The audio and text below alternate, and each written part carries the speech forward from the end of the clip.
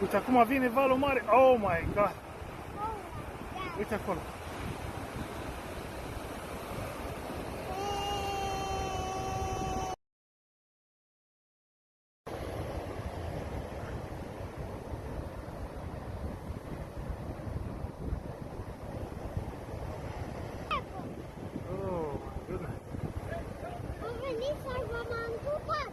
Da, prinț.